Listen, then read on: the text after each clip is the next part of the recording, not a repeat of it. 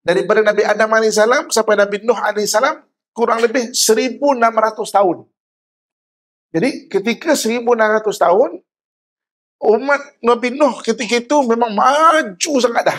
Allah Subhanahu Wa Taala reset balik teknologi dan ilmu yang ada pada manusia, reset balik, datang banjir besar yang tinggal 80 orang saja. Kita dengan Nabi beza berapa tahun? 1.400 tahun kan? Kita tengok berapa maju kita 1.400 tahun. Tapi kalau kita fikir berapa maju umat zaman Nabi Nuh, kita kena tunggu 200 tahun lagi lah. Ama inna nabiyyukum sallallahu alaihi wasallam qad qala inna Allah yarfa'u bihadzal kitab aqwaman wa yad'u bi akharin. Umar radhiyallahu anhu berkata, sungguh Nabi sallallahu alaihi wasallam Nabi kalian sallallahu alaihi wasallam pernah bersabda, sesungguhnya dengan kitab ini iaitu Al-Quran, Allah telah meninggikan darjat beberapa kaum dan merendahkan beberapa kaum yang lain. Okey. Jadi dalam hadis ini Allah Subhanahu Wa Taala cerita mengenai ilmu yang berada dalam Al-Quran. Okey. Tuan-tuan sekalian, ada dua orang nabi yang dianugerahkan oleh Allah Subhanahu Wa Taala dengan dua benda. Satu, ilmu yang syumul, menyeluruh. Yang keduanya, memori syurga. Okey. Satu Nabi Adam AS, satu lagi Nabi kita Muhammad SAW. Nabi ada dua-dua benda ni. Nabi Adam ada dua benda ni. Jadi, ketika Nabi Adam AS diturunkan ke muka bumi, kan Allah sebut, wa'allama Adamal asma'a kullaha. Allah mengajarkan Adam nama-nama semuanya. Okey. Dan ada memori syurga. Kita hari ini, kalau ada ilmu dan ada satu memori, kita akan cuba nak buat di tempat itu. Contoh, katakan ibu kakak, ayah-ayah biasa pergi ke negara Arab. Kan? Kita ada memori orang Arab duduk dengan kursi dia yang bawah tu kan. Kadang-kadang mungkin kita nak buat kat rumah kita. Sebab memori itu ada. Kan? Kita pergi Europe, kita tengok dekorasi orang Eropah macam mana. Kita balik, kita nak buat macam kat tempat kita. Sebab memori itu ada. Jadi Nabi Adam AS, ketika diturunkan ke muka bumi, dia ada dua benda ni. Pertama, dia ada ilmu. Yang kedua, dia ada memori syurga. Sebab itu Nabi Adam sebagai khalifah, dia cuba bangunkan muka bumi ini, and daripada masa ke masa, kemudian disambung dengan Nabi Adam Idris, kemudian Nabi Nuh AS. Daripada Nabi Adam AS sampai Nabi Nuh AS, kurang lebih 1.600 tahun. Jadi ketika 1.600 tahun, umat Nabi Nuh ketika itu memang maju sangat dah. Maju sangat dah. Betul tuan-tuan sekalian, Nabi Nuh AS adalah satu orang Nabi yang digolongkan dalam ulul azmi. Ulul azmi ini maknanya orang yang sangat susah. Dia punya usaha dan dia mempunyai azam yang kuat. Ulul azmi yang lain, dia lawan tokoh. Contoh, Nabi Musa lawan Fir'aun. Nabi Ibrahim lawan Namrud. Nabi Isa lawan Herod the Great. Nabi kita Muhammad ada nama-nama Abu Jahal, Abu Lahab. Tapi siapa lawan Nabi Nuh AS? Satu kaum. Tak ada satu tokoh. Satu kaum. Mana kaum itu semua engkar dan mungkar. Sebab terlalu maju dah waktu itu. Maka Allah Subhanahu Wa Taala reset balik teknologi dan ilmu yang ada pada manusia, reset balik, datang banjir besar yang tinggal 80 orang saja. Kan? Reset balik. Lepas tu tuan-tuan sekalian, daripada Nabi Adam sampai Nabi Nuh 1.600 tahun. Okey. Nabi kita Muhammad SAW diturunkan dengan ilmu, kemudian ada memori syurga. Sebab tu hadis-hadis Nabi kita tengok, banyak hadis Nabi yang menjangkau dia punya pemikiran dan juga menjangkau sains. Sebab Nabi ada benda tu. Dan bagaimana Nabi itu membentuk 23 tahun saja dapat membentuk satu ummah yang boleh menombangkan Rom dan Parsi. Namanya hebatlah. Dan seluruh sains yang berada di muka bumi ini bermula daripada saintis Islam. Saintis Islam itu tak dapat dinafikan oleh orang barat pun. Dia sambung kajian. Tapi apa yang berlaku sekarang adalah daripada saintis Islam yang base dalam Quran ataupun hadis. Okey. Kita dengan Nabi beza berapa tahun? 1.400 tahun kan? Kita tengok berapa maju kita 100 tahun. Tapi kalau kita fikir berapa maju umat zaman Nabi Nuh, kita kena tunggu 200 tahun lagi lah. Baru kita akan boleh bayangkan betapa maju dia sampai waktu tu orang tak perlukan Tuhan. Orang mengaku Tuhan dan sebagainya. Dan sekarang pun dengan kemajuan macam ini, banyak orang yang dah tak perlukan Tuhan. Orang dah mengaku Tuhan dan sebagainya, engkar. Sampai umat Nabi Nuh tu macam seolah manusia tu reset balik. Reset balik. Okay? Jadi, daripada umat Nabi Nuh AS, maksudnya, okay, 1,100 tahun kurang lebih. Lepas daripada umat Nabi Nuh AS, kita manusia tak tahu sejarah kita. Sejarah kita ni hilang. Tak ada catatan. Ada balik catatan, iaitu zaman Fir'aun Khufu. Fir'aun Khufu tu 2,400 tahun sebelum Masihi. Dia tulis dekat dia punya piramid tu perkataan-perkataan, catatan orang terdahulu yang dia pernah tahu. Sebab tu kalau kita tengok maknanya dalam piramid dia ada catatan mengenai kapal terbang. Kejap lagi cuba Google aeroplane inside pyramid. Kapal terbang lah, boat lah, dengan senjata lah dan sebagainya. Yang macam kita ni dah ada dah. Cuba berhati. Dia 2,400 tahun, piramid Khufu tu, Fir'aun Khufu tu tulis. Fir'aun Khufu tu, dia bukan Fir'aun zaman Nabi Musa. Fir'aun zaman Nabi Musa 1,400 tahun sebelum Masihi. Dia beza 1,000 tahun. Khufu ni yang bangunkan piramid kat Mesir itu 1,000 tahun sebelum Nabi Musa. Sebelum Fir'aun Ramses II tu 1,000 tahun sebelum tu. Ini maknanya zaman Khufu tu ditulis, ada catatan mengenai sejarah umat terdahulu.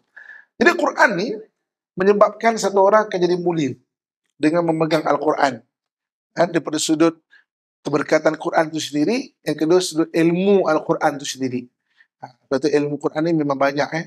Makin kita kaji, makin kita baca, makin kita jumpa maknanya ilmu dalam Al-Quran. Dalam hadis yang disebut, banyak kaum yang telah Allah muliakan dengan kitab ini, iaitu Al-Quran, dan banyak kaum yang Allah telah hinakan dengan kitab ini. Bila mereka meninggalkan apa yang disampaikan Allah Subhanahu Wa Taala, maka tidak ada kemuliaan bagi dia itu. Hadis seterusnya, An Abdullah bin Mas'ud radhiyallahu anhu qala lin Nabi sallallahu alaihi wasallam, "Iqra' alayya." Qultu ya Rasulullah, "Aqra'u alayka wa alayka unzil?" Qala na'am. Faqra'tu surah An-Nisa hatta ataitu ila hadhihi al-ayah, fakafaifa idza ji'na min kulli ummatin bi syahid wa ji'na bika ala haula'i syahida. Surah An-Nisa ayat 14. Qala hasbukal an, faltafattu ilaih fa idza ainahu tazrifan. Abdullah bin Mas'ud meriwayatkan bahawa Nabi SAW pernah bersabda kepadanya, "Bacakan Al-Quran untukku." Aku pun berkata, "Wahai Rasulullah, apa benar kau menyuruhku membaca Al-Quran untukmu sementara ia diturunkan kepadamu?" "Ya," jawab baginda. Aku lantas membaca surah An-Nisa sampai pada ayat yang ke-14. Maka bagaimanakah halnya orang kafir nanti apabila kami mendatangkan seorang saksi Rasul dari tiap-tiap umat dan kami mendatangkan kamu Muhammad sebagai saksi atas mereka itu sebagai umatmu. Surah An-Nisa ayat 14. Beliau bersabda, "Cukup." Aku lantas menoleh melihat beliau dan ternyata beliau tengah menangis berlinang air mata. Lima kakak tuan-tuan sekalian. Apabila kita membuat suatu amalan, saksi kita ni ada 5. 5 akan menyaksikan kita. Yang pertama, Allah Subhanahu Wa Taala itu sebagai saksi. Allah itu saksi. Yang keduanya, yang menyaksikan kita adalah malaikat. Malaikat ni jadi saksi. Selain daripada malaikat kanan kiri kita yang duk teropong, rakam apa kita buat, malaikat-malaikat yang lain juga. Contoh, dalam majlis ilmu. Majlis ilmu ni beribu malaikat turun menghadiri majlis ilmu, meraihkan majlis ilmu. Sebab itu majlis ilmu ni dipanggil Raudah min Riyadil Jannah, taman-taman di antara taman-taman syurga. Orang berebut-rebut, bertolak-tolak nak sembahyang dekat Raudah sana. Tapi Raudah ni ada kembarnya. Kembar Raudah adalah tempat yang dibuat majlis ilmu. Orang tak bertolak-tolakkan majlis ilmu. Kan? Malas semua berundur-undur duduk belakang kan. Rauta tak tolak-tolak. Kan? Sedangkan rauta ni ada kembar dia. Kan? Sebab apa rauta tu kat sana tu? Sebab banyaknya malaikat kat sana menyaksikan kita. Sama majlis ilmu. Majlis ilmu ni malaikat menyaksikan kita datang majlis ilmu kan. Cantik pahala dia. Kan? Rakam kan. Kan? Pahala tunggu lagi kan. Kita belum lagi rakam mengantuk lagi kan. Mengantuk pula kan. Sebab kita ada pahala. Okey. Jadi malaikat yang kedua, malaikat jadi saksi kita. Yang ketiga, yang menjadi saksi kita adalah manusia. Manusia jadi saksi kita. Sebab itu dalam satu hadis, satu ketika datang satu jenazah diusung, semua orang kata, baiknya dia ni, baik ini. Apa Nabi kata? Wajaban. Dia mesti dapat. Para sahabat tanya, dapat apa ya Rasulullah? Dia mesti dapat syurga. Sebab apa? Sebab engkau saksi daripada Allah Subhanahu Wa Taala. Kan? Hadis ni orang Melayu kita jadi keamalan. Kalau kita perasan setengah-setengah tempat masih lagi, sebelum jenazah turun daripada rumah, maka imam akan sebut, saksikan mayat ini baik. Kalau kita perasan, saksikan mayat ini baik. Saksikan mayat ini baik. Sebabnya berdasarkan hadis tu. Kan? Di mananya manusia akan jadi saksi. Jadi Nabi SAW tu, ketika Nabi turun ayat ini, kamu akan jadi saksi pada umatmu. Nabi sedih, nangis. Kan? Sebab Nabi faham dan sayang Nabi pada umat. Okay. Yang keempat yang jadi saksi kita dekat akhirat besok adalah tubuh badan kita ni. Allah sebut surah Yasin kan. Al-yawma nakhtimu ala afwahihim wa tukallimuna aydihim wa tashhadu arjuluhum bima kanu yaksibun. Hari ini kami kunci mulut mereka, berkata tangan, berkata kaki, apa yang mereka usahakan. Bercakap besok tahu, kita punya anggota badan ni. Betul Tuhan, balik kuliah mencubit laki ni tangan ni. Kalau tak taubat besok, cakap dia ni. Bukan boleh dirasuah ni. Kau jangan cakap tahu besok, aku beli kau cincin, kau jangan cakap tahu. Kau boleh dirasuah. Dan yang kelima, makhluk-makhluk yang lain. Makhluk-makhluk yang lain semualah. Sama ada kita ada bila haiwan, kita buat baik bersama haiwan, besok kalau disuruh untuk buat penyaksian, maka dia akan datang menyaksikan kebaikan kita. Dan begitu juga dengan bumi ni. Lepas tu kalau kita perasan, atuk-atuk kita ataupun atuk guru dululah, lepas sembahyang wajib, nak sembahyang sunat, dia langkah setapak tempat lain. Buat apa? Biar bumi ni banyak saksi tempat dia sujud. Bumi ni jadi saksi banyak tempat dia sujud. Jadi maknanya 5 saksi kita. Jadi Nabi SAW dia menjadi saksi kepada umat dia. Buat baik. Sedih Nabi kan. Sebab kita tak boleh nak ke mana dengan saksi. Dan ialah tubuh badan kita sendiri cakap. Kan? Macam mana kita nak mengelak benda tu. Sebab tu besok kalau orang masuk neraka, na'udzubillah, dia masuk neraka, tak ada orang masuk neraka yang tak puas hati. Kan? Tak ada yang tak puas hati. Memang betul lah, memang patutlah masuk tu. Kan? Dan tak ada orang masuk syurga yang orang cemburu. Woi, dia belum masuk syurga pula. Tak ada kan? Memang puas hati. Sebab penyaksian tu betul-betul dia buat. Tak ada. Hari ni kan kadang-kadang ada orang, kalau kat dunia kan ada orang jealous kan maknanya cemburu hati. Orang buat baik, sedekah, menunjuklah tu. Ganti-ganti orang sedekah kan. Pergi masjid, kita pakai telekung, ada tulis Malaysia. Nak yang berbalik umrah konon. Kena mengata orang. Azan. Hayya ala salah. Ikut masjid Mekah lah tu. Kena orang berkata. Di dunia ni, nak buat baik pun kena kata. Tapi dekat akhirat, dapat anugerah baik, tak ada orang kata. Semua puas hati, semua, memang patut. Sebab penyaksian. Okey. Hadis seterusnya di 230. Wa Anas bin Malik radhiyallahu anhu anna Rasulullah sallallahu alaihi wasallam qala li Ubay bin Ka'ab, "Inna Allah amarani an aqra'u 'alaika al-Qur'an."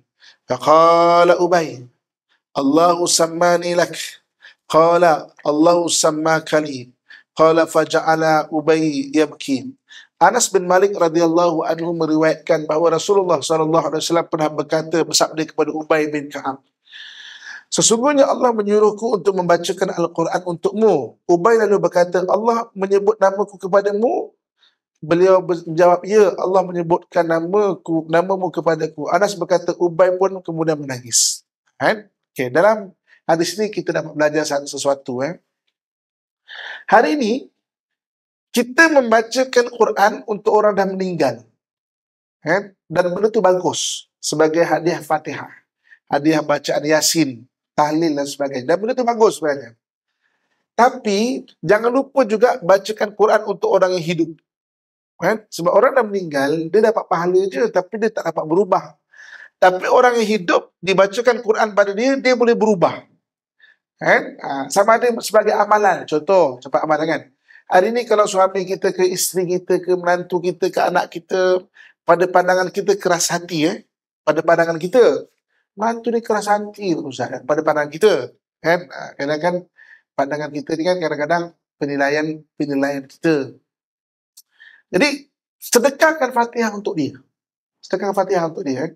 Kita baca sedekah Fatihah untuk orang meninggal. Tapi sedekahkan Fatihah untuk dia.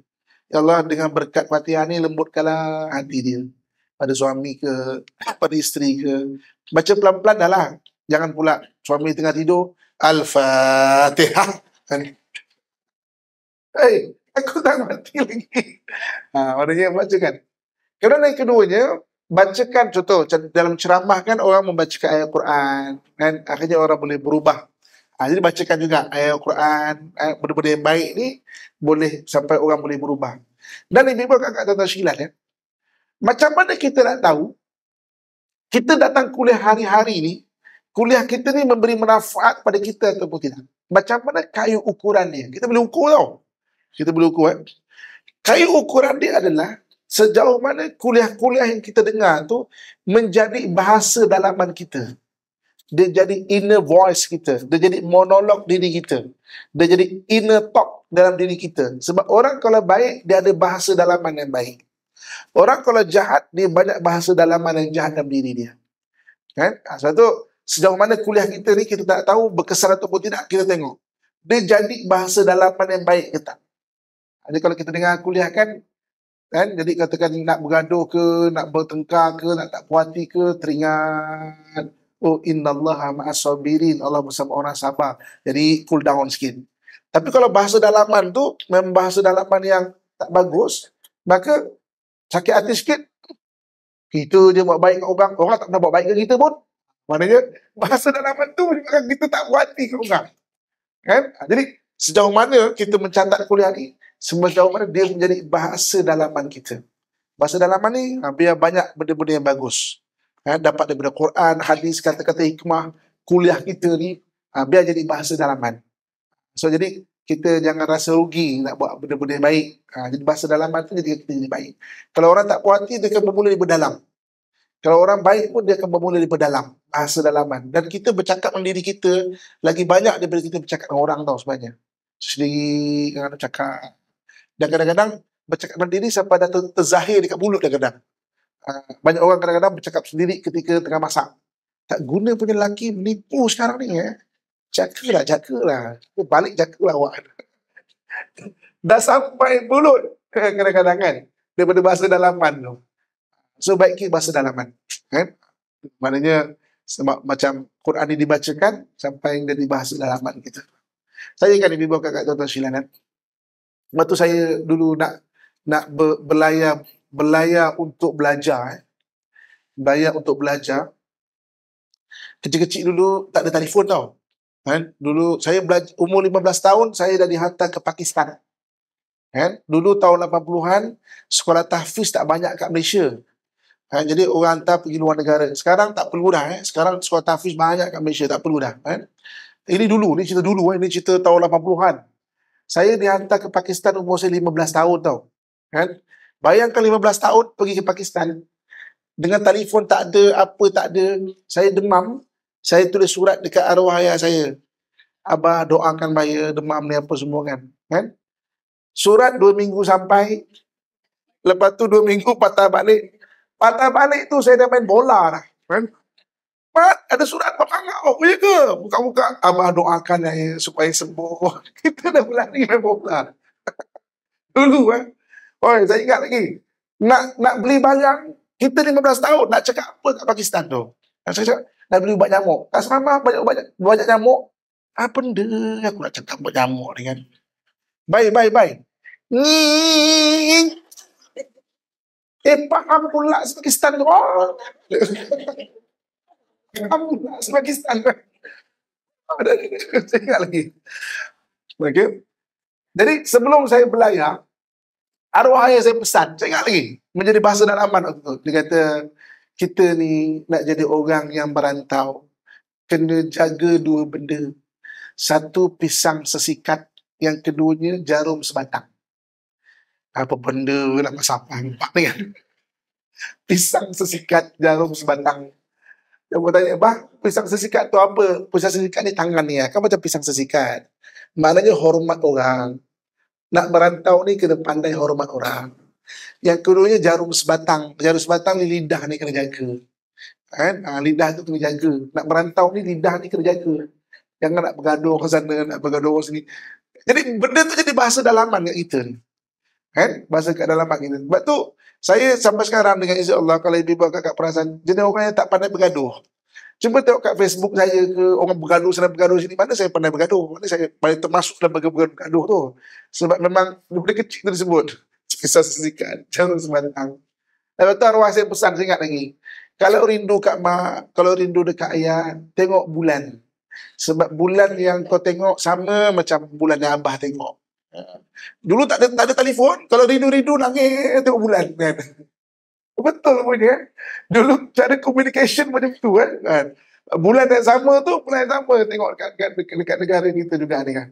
Oh ya kan. Sekarang tak perlu, sekarang video call je kan. Sekarang video call je. Ni dulu, ni merantau zaman dulu belajar zaman dulu. Okey. Jadi maknanya bahasa dalaman. Bahasa dalaman ni akan jadikan orang baik atau tak adalah berdasarkan bahasa dalaman tu. Okey. Hadis seterusnya 231.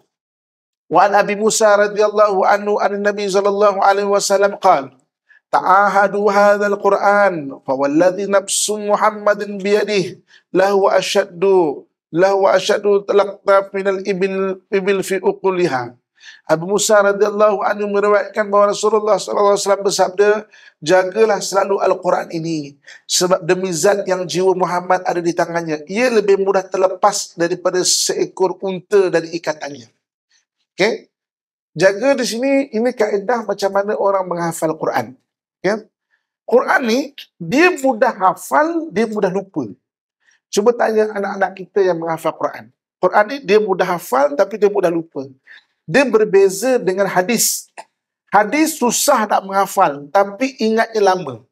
Saya kalau tak ulang hadis yang saya hafal, mungkin 2 tahun, 3 tahun, kebetulan mengajar, topiknya tak kena, tapi tetap boleh ingat hadis tu. Tapi Quran kalau tidak diulang, dia memang lupa. Quran ni. Dia mudah hafal, tapi mudah lupa. Sebab itu, kalau anak kita ni, kita atau cucu kita nak hantar dia tahfiz Quran, kita kena ajar dia untuk jadikan Quran sebagai lifestyle, ataupun cara hidup, ataupun memang dia memegang Quran tu lah. Kan? Sebab, kalau dia tak ulang, kalau balik rumah main game, tengok TV, dia akan lupa Quran tu. Kan? Quran. Dia maknanya kena ada lifestyle. Dan ibu-ibu kakak, kalau ibu-ibu kakak, tuan-tuan, ada lifestyle Quran, walaupun umur kita 60 tahun ke 70 tahun, kita akan jadi boleh menghafal Quran. Saya pernah jumpa orang yang mula menghafal Quran 60 tahun, 50 tahun, hafiz. Walaupun lepas 10 tahun, tak kisahlah. Tapi demi hafiz Quran. Sebab dia ulang, ada lifestyle.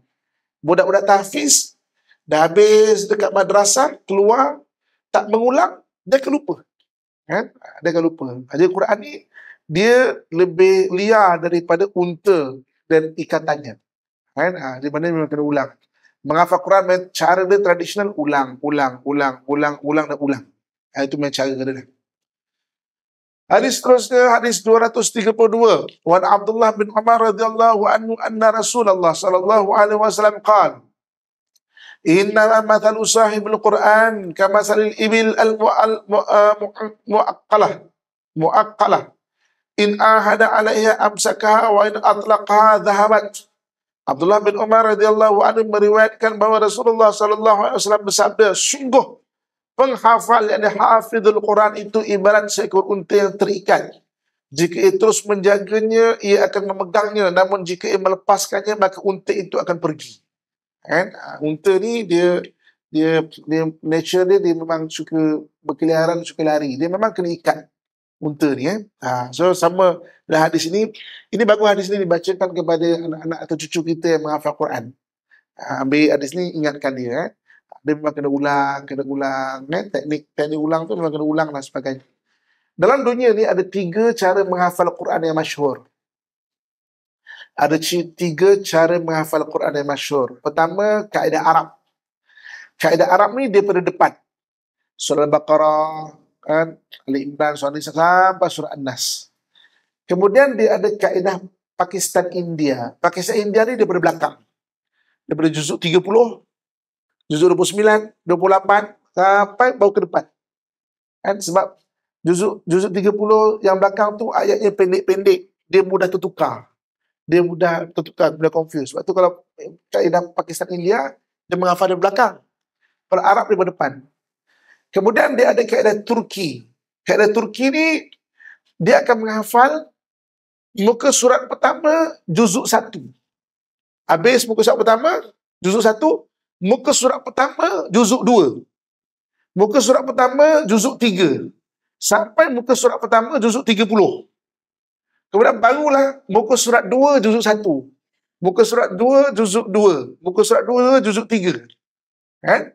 Jadi sebab dalam satu juzuk ada 20 muka suratnya. Jadi dia buat macam tu. Lebihnya sudut psikologi dia, budak-budak dah rasa hafal 30 juzuk. Walaupun baru satu muka surat. Itu 3 kaedah masyhur. Dan dalam Malaysia ni 3 kaedah ni dia pakai. Ada kaedah Turki, ada kaedah Arab, ada kaedah Pakistan India, dan ada yang gabung. Gabung tu maksudnya biasanya gabung Arab dan Pakistan India lah. Dia hafal juzuk 30, 29, 28, kena ke depan. 1, 2, 3, 4, 5. Jadi at least kita tahulah. Satu juzuk ada 20 muka surat. Satu juzuk ada 20 muka surat. Ada 10 helai. Kan? Satu muka surat ada 15 baris. 15 baris, ya.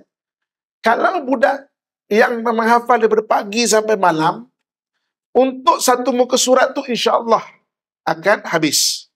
Jadi maknanya 20 hari satu juzuk. Kan? Kalau dia mengulang, kemudian besok 20 hari satu juzuk. 20 hari satu juzuk. Kan? Ataupun maknanya 2 bulan 3 juzuk lah. 3 juzuk.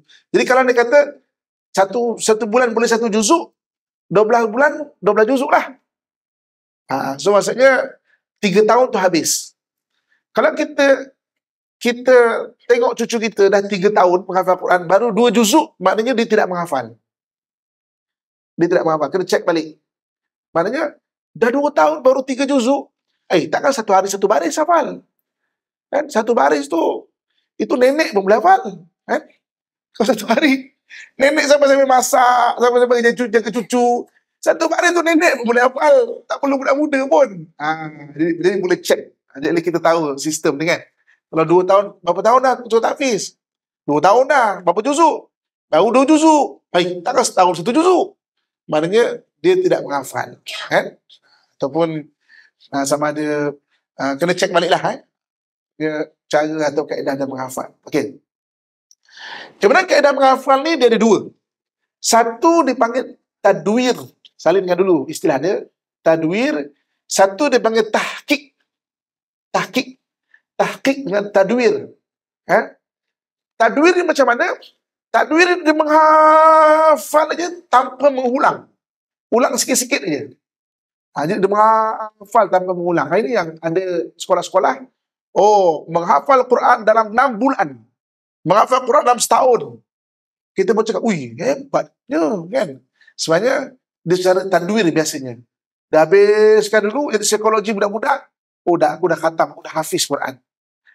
Tapi setengah madrasah, dia tak terima sistem tu. Dia nak tahqiq. Tahqiq tu betul 3 tahun, 4 tahun, 5 tahun kadang-kadang. Mana menghafal ulang. Maknanya betul-betul dia menghafal betul. Dia tak lupa lah. Jadi kalau kita nak hantar anak ke cucu kita tahfiz, ada satu sekolah tahfiz banyak diiklankan. Oh, anak boleh hafaz dalam masa 6 bulan. Itu cara tadwir. Dia menghafal ke depan, ke depan, ke depan. Mengapa hari satu muka surat? Petang satu muka surat. Malam satu muka surat, tapi tak ulang langsung. Dia tak ulang. Jadi maknanya dia ambil menghafal tu dulu. Jadi kalau kita hantar anak kita yang secara tadwir, jadi cucu kita yang 3 bulan hafal Quran. Ui, hebatnya. Itu secara tadwir dipanggil. Dan anak-anak yang dah tadwir ni masukkan tahqiq pula. Biar dia kuat pula hafalan dia. Tak lupalah benda tu. Kan? Okey, hadis yang ke-233. Wa Abi Sa'id bin Al-Mu'alla qala kuntu usalli fada'ani Nabi sallallahu alaihi wasallam fala ujibhu qultu ya Rasulullah inni kuntu usalli qala alam yaqul Allah istajibu lillahi wa lirrasul idza da'akum, surat Al-Anfal ayat 23. Thumma qala ala uallimuka a'zam surah fil Quran qabla an takhruju minal masjid fa akhadha bi yadi falamma aradna an nakhruj qultu ya Rasulullah innaka qultu la uallimuka a'zam surah minal Quran qala alhamdulillahi rabbil alamin hiya sab'u mathani wal Qur'anul azim alladhi utituhu. Okay. Abu Sa'id bin Al-Mu'alla meriwayatkan, ia berkata, satu ketika aku sedang solat, Nabi SAW lalu memanggilku dan aku pun tidak menyahut panggilan beliau. Setelah itu kukatakan kepada beliau, wahai Rasulullah, aku tadi sedang solat. Baginda bersabda, bukankah Allah telah berfirman, penuhilah seruan Allah dan seruan Rasul apabila Rasul menyuruh kamu, surah Al-Anfal 24. Beliau melanjutkan, sebelum keluar daripada masjid, maukah aku ajarkan satu surah yang paling agung dalam Al-Quran? Beliau menganggukkan, memegang tanganku. Ketika hendak keluar, aku berkata, wahai Rasulullah, tadi kau mengatakan bahawa ingin mengajarkan kepadaku satu surah Al-Quran yang paling agung. Beliau menjawab, alhamdulillahirabbil alamin, dialah sab'u mathani. Sab'u mathani maknanya 7 ayat yang selalu diulang-ulang. Dan satu surah yang paling agung yang diturunkan kepadaku. Okay? Jadi nama lain surah Al-Fatihah adalah sab'u mathani. Kan? Iaitu surah Al-Fatihah, nama lain dia sab'u mathani. 7 ayat yang diulang-ulang. Dia adalah ayat yang paling agung sekali. Okay? Ini ayat yang paling agung sekali. Okay. Bermula dengan Bismillahirrahmanirrahim. Dengan nama Allah yang Maha Pemurah lagi Maha Pengasihani. Bismillahirrahmanirrahim ni daripada struktur ayat dia adalah tergantung. Dia tergantung. Dengan nama Allah. Dia tergantung. Contoh ginilah. Kalau saya cakap dengan ibu kakak sekalian, dengan pensel. Dengan pensel. Okey. Dengan pensel apa Ustaz? Dengan pensel lah. Okey, dengan pensel apa? Menulis dengan pensel. Baru cukup ayat tu. Aku menulis dengan pensel. Jadi dengan nama Allah yang Maha Pemurah lagi Maha Pengasihani, dia adalah ayat yang tergantung. Dia perlukan, dipanggil, maknanya perlukan sandaran. Kenapa Allah mulakan? Ada rahsia dia. Kita letakkanlah apa di depan itu. Sebab itu siapa yang memulakan sesuatu tidak dengan menyebut Bismillahirrahmanirrahim fahuwa aqta, maka dia akan terputus daripada rahmat dan berkat. Jadi katakan kita nak masak, Bismillahirrahmanirrahim.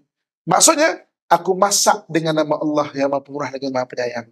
Kita naik kereta tu, sebabnya Bismillahirrahmanirrahim. Sebabnya, aku naik kereta dengan nama Allah yang Maha Pemurah lagi Maha Penyayang. Kan? Kata apa lagi? Katakanlah kita nak apa lagi? Kita nak bacakan ke anak kita, kan? Doa ke? Bismillahirrahmanirrahim. Maknanya, aku mohon supaya dilembutkan hati anakku dengan Bismillahirrahmanirrahim.